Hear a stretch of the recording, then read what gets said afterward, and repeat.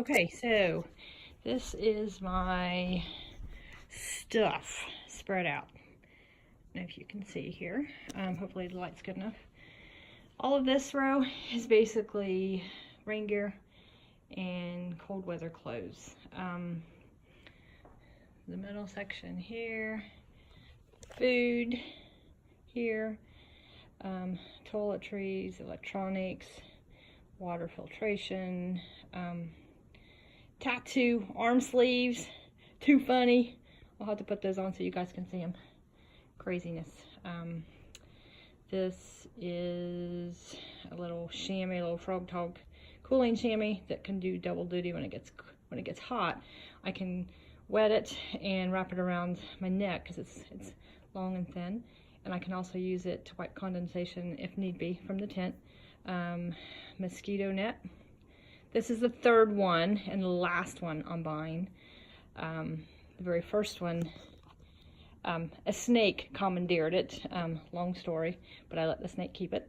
The second one, lost it. Don't know what happened to it. This is my pack and rain cover. It's an Osprey Aura 50 liter, and I still have the brain on it, but you can't see it because it's hid for the trash compactor bag. So I've got the whole thing lined with this white trash compactor bag. So all of this stuff will go in their little sacks, which is mostly Ziploc bags, and then down in this, and it rolls, stuffs down in, helps keep it dry. This is my REI Ducks Back, I think, rain cover, which I don't know if I'm going to take it because I have ordered a lightweight umbrella from Z-Packs, which Chica showed how to use it in her videos. Seems quite ingenious, and it only weighs like, gosh, an ounce and a half, probably less than this rain cover. And then this is my sleep system. And then of course I don't have this is actually my quilt from Enlightened Equipment. It's a Revelation quilt, and it is a 10 degree. So I'm hoping it's going to keep me nice and toasty. But it will be stuffed down into this Sea to Summit bag, which I actually have stuck with a towel right now, just for weight. It's a dry compression bag, and it will go down here in the bottom of my pack, so that's kind of cool. And then I don't know if you can see my feet. These are my Injinji toe socks, toe liners. Underneath, what I'll be wearing is my Darn Tough or my Smart Wool socks. I've just been trying Darn Toughs, and I can't say anything about them because I've not used them enough.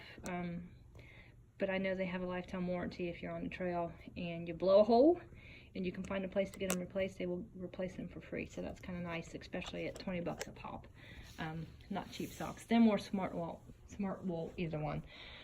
So I'll be carrying probably, I'm a sock fiend, so I will probably be carrying at least 3 pair of wool socks and 2 pair of the toe liners. So to get into all my stuff here, this is my tent. I'm not going to completely unwrap it. It is relatively light. It's a tarp tent, which is kind of a cross between a tarp and a tent. It has one piece. It doesn't have like a separate rain fly. The inside, it has a netting with a bathtub that attaches to the inside of the tarp. A little over 3 pounds, so it's a little heavy, but it's what I've learned to set up. These are the poles. It has a long crossing pole, so it can be self-standing if I need it to be, if there's not a place to stake it out. And then there's just Tyvek ground cloth to put underneath. These are my Black Diamond cork hiking sticks, Black Diamond click lock, I think. So these little things extend out so that I can compress them to stick them on the side of my pack. Of course, pink duct tape, and I did this for a couple reasons. That if I'm somewhere and there's a like set of poles leaned up against the side of a hostel or a store or something, I know the ones with the ugly pink tape are mine. Just Griffin, he's helping. And then my water system, I'm going to use this. It's a CNOC, CNOC Outdoors. I actually saw the reviews on this for Darwin on the Trail. He's hiked lots and lots of miles, and this is what he had finally went to. The whole end of this opens up. So if you're at a water supply that doesn't have a good flow, you can stick the whole bag, just the mouth of the bag open. You can squeeze it open so that you can capture the water a whole lot easier. This is my Sawyer water filtration. This end will actually screw right on here. So if I wanted to use this as a gravity system, I could. And then this end will attach directly to my Smart Water bottle. So that's kind of cool. And I've learned all of this by watching people's YouTube videos. I tell you what, thank God for YouTube. I've learned so much from Darwin on the Trail and Dixie at Homemade Wanderlust and Chica and Sunsets. And now I'm watching Early Riser 7-1, and he's quite entertaining too, and lots of stuff. He's ex-military. So thank you to all you YouTubers, all you guys out there that have blogged before me, because those of us that are novices, so much help. You're so helpful. This is a little sit pad, very light. This comparison to my shoes, not very big.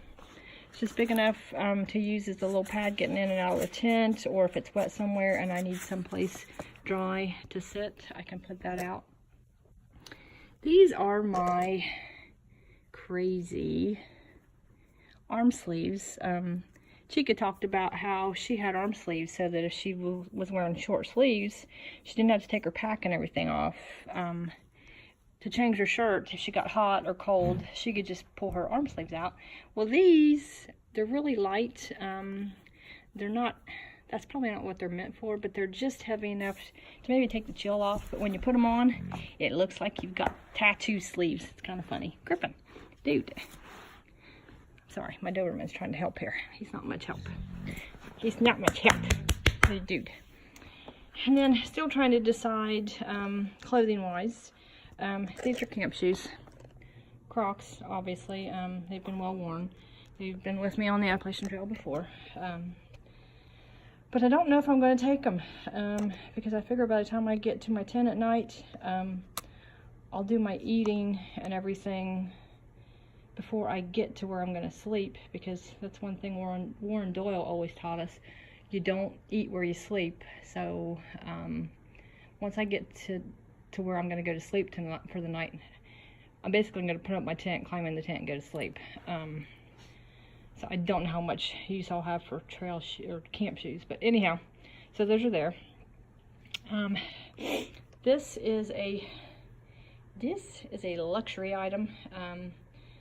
I've carried it with me on the AT before. It's a little heavy. I've been looking for alternatives, but it basically is to massage out the IT band, your hamstrings, your quads, because I sometimes struggle with my IT bands, especially on my right side. So I'm still trying to decide if I'm going to take that. These are all my cold weather clothes. Of course, my Darn Toughs. This is a Smart Wool. It's kind of heavy, 3/4 zip. Of course, my Smart Wool liner gloves. I think this is a Buff. It's also merino wool. Yeah, it's a Buff. It's also merino wool, but it's nice to stick around your head, and even use as a pillow cover to keep your pillow clean. This is actually a Mountain Hardwear, and I think on one of my videos the other day I said it was Smart Wool. It is not. It is a, see the little logo there. It is a Mountain Hardwear wind skirt for the cold, because my hips and my upper legs get so cold when it's really windy outside, because I normally just hike in tights. I've got my Under Armour Cold Gear tights on. I've got 2 pair of those that I'll be taking with me. Just one to prevent chub rub. Not that I've got huge thighs, but still, as a runner over the years, I've learned chub rub is not any fun.